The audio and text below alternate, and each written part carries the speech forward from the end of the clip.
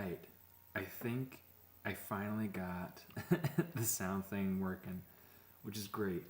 I had to go through a whole bunch of tutorials and finally found one that actually worked. So thank you for actually making a good tutorial. The dude's name is Adrian Gaming on YouTube. So fantastic stuff. Anyway, I wanted to be able to show you real quick, since this will be the first attempt at actually making a video that has sound with it. I wanted to be able to show you my technique to be able to make EyeForms. This is a little portrait caricature that I did of Kent Melton, fantastic sculptor. Really look up to him and his abilities to be able to make something that looks just phenomenal. Anyway, so what I wanted to do is show you kind of how I go about making the EyeForm. It's an important part of the sculpture to be able to make sure that, let's actually select the eyes because that'll be a more important part. That's what we're talking about, right? So these eyes, they're just made from standard spheres with clean topology. Okay, and they have poles. Very easy to tell exactly kind of where all this topology comes from, how it flows, and it's keeping up the shape, it's keeping up the form very well, which is why I like to work this way, because it leaves me with a very clean looking sculpt. Okay, so I'm going to go about teaching you how I use these polygroups and hard surface techniques to be able to create an EyeForm in ZBrush. It's a really quick thing. Okay, so let's just go ahead and let's jump on over here. Starting with a standard polymesh 3D. Just going to make sure I have symmetry turned on. Okay, what I want to do is, like, right now I have X symmetry turned on. I'm just going to go over to my side, turn on I'm going to turn off my perspective. I'm turning on my rotate tool. I'm just going to, in fact, let me show you, I guess. Turn on polyframes. When I start rotating, it's not going to rotate with any kind of constraint to any specific angle. So if I start holding shift, it's going to snap right to that, just specific increments. I think they're like, maybe 15, maybe 30 degree angle, something like that. And maybe it goes 15, 30, 45, 60, 90, I don't know how it goes. But what I want is I want these poles to be on the front and back of this eye. Because what I'm going to do is this is where I'm going to start creating polygroups. So right now, you can see the whole thing's blue. Okay. Now what I want to do is I'm going to hold Control and click and drag over the front portion right here to be able to create kind of the size of the iris that I want to make. And I'm just going to hit Control W. And you'll see it created a new polygroup. Okay. So I want to create another one for my pupil. Control W. Okay. That's a little bit big. I want it to be a little bit smaller.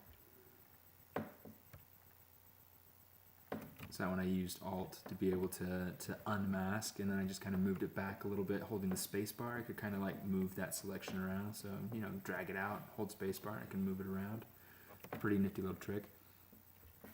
Okay, so Control W, and that'll work out pretty well. So this blue area, that's going to be the white of the eye. Okay, so I'm just going to hold Control, and with my transpose tool on, I'm going to Control tap on that blue, and it's going to select everything but the iris and the pupil. So if I Control tap, it's going to invert that selection. I'm just going to click and drag out, make sure I'm in my move tool. I'm just going to click and drag that out, hold shift after you start dragging it out so it goes straight back. This is going to create that bowl. In fact, that's a little bit too much. Okay, drag that back. Okay, so this is creating a bowl. This is that kind of concave sort of shape for the iris, and the iris is kind of more that bowl shape with the hole in the middle where the pupil goes. So anyway, this next one's pretty cool. So what I'm going to do is I'm going to Control tap on where the pupil is. You need to make sure that transpose line is going straight out. And then all I'm going to do is, this is a hard surface technique to be able to create more geometry. So if I were to just drag this back, you can see how it's creating kind of like a slant between where it is and where the mask ends. So what I want to do is, if I'm going to hold Control, and you see how it generated a new row of topology going in there. So I'm just going to take that, drag that back in, And there we go. There's kind of the basic shape of our eye form. So now, with these eyes, what I did is I went ahead and I took an insert cylinder and put that right here where my, where that brillo, the specular highlight, where that would go on the eye. Sorry, sometimes I get stuck with Spanish, it's like I can't think of the word in English. Stinking English. I'm going to turn off my symmetry, okay, and I'm going to go B, insert or I to be able to insert, right, and then look for the insert cylinder.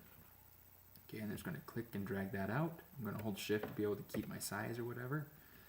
I'm going to use my move tool. I'm going to click and drag that up into position, and then pull it out, and then we're done.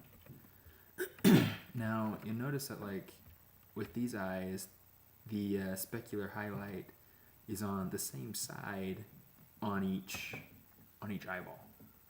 If I were to just go through, let's do this real quick. Let me kind of pull this off. Let's kind of shrink it down. Okay, just for the sake of showing you. So I went ahead and just duplicated it. You can see over here my subtool list. I've got 2 of the same thing now. I'm going to turn off my solo mode so we can actually see stuff. Okay, so what I'm going to do is there are two different things I want to show you. I want to show you the wrong way first, okay, and then I want to show you the right way. So here's what we can do is I'm going to come over here. We can go down to deformation, and we can hit mirror. Now if we, in fact, let's do this instead. Let's delete this. Okay. It's a little bit too far out. Let me turn on my floor plane real quick. I want them to be a little bit closer together.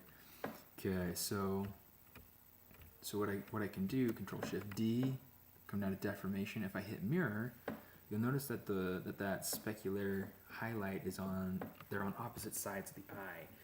And it doesn't really happen like that. Now, it would work really well if we didn't have that specular highlight at all. But we do. So what we're going to do instead of going through and hitting mirror, oops, I just kind of zoomed in, I didn't want to. Instead of going into deformation and hitting mirror, I'm going to go up to geometry. We're going to go down to position. And you see we have this X position right here. X position. I'm going to click on the numbers. I'm just going to use my mouse or my trackpad for this, okay? Because I don't want to move that slider on accident. And I'm going to get rid of